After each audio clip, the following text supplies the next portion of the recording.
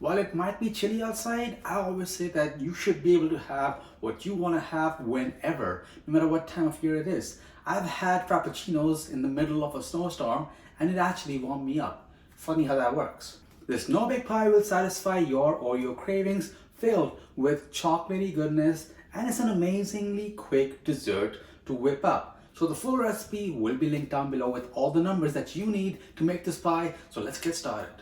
I'm going to be using one large pack of Oreos, about 25-30 cookies, and then blend it all up.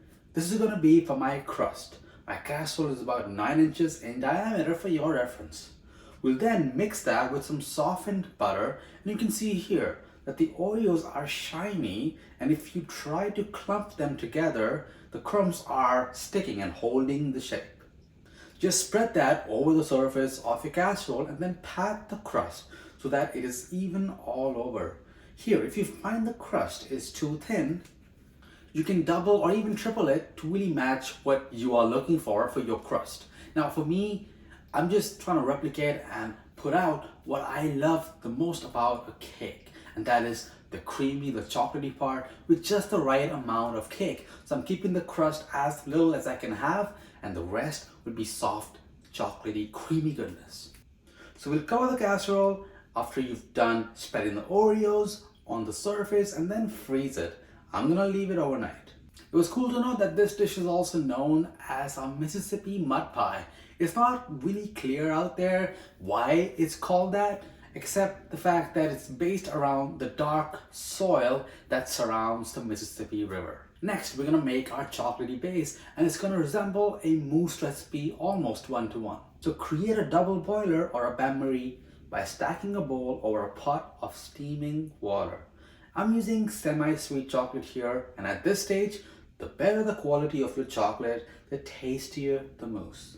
Add the butter as well, and that helps to really get a nice shine and smooth this, and just let the butter and chocolate melt gently. The first time I made this, I forgot the butter, and I was all the way to the stage where I'm mixing the chocolate with the eggs.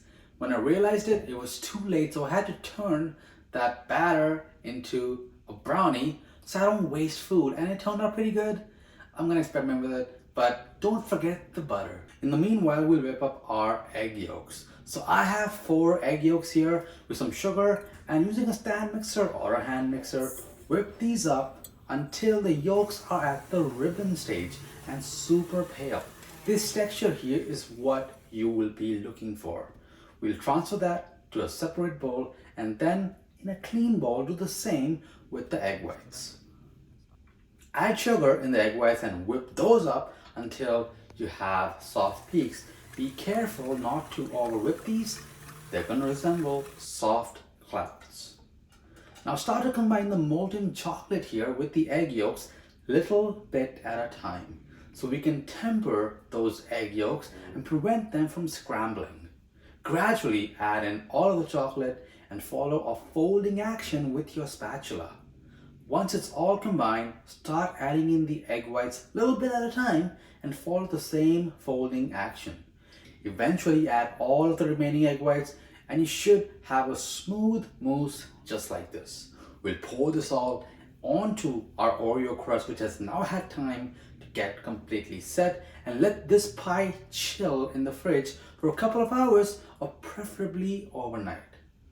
And now all that's left for you to do is top it. For that, we're going to use some whipped cream, homemade or store-bought. And we're going to form a nice even layer over the top. I quite like my whipped cream to be on the softer side, but you can prepare that based on what you like the most. Now top the pie, finally, with some Oreo crumbs just to finish it off. This pie can stay in the fridge to chill until ready to serve later, or can even be frozen. Be careful and delicate while serving, but I tell you, this pie would be the softest and the best choco mud pie you're gonna have.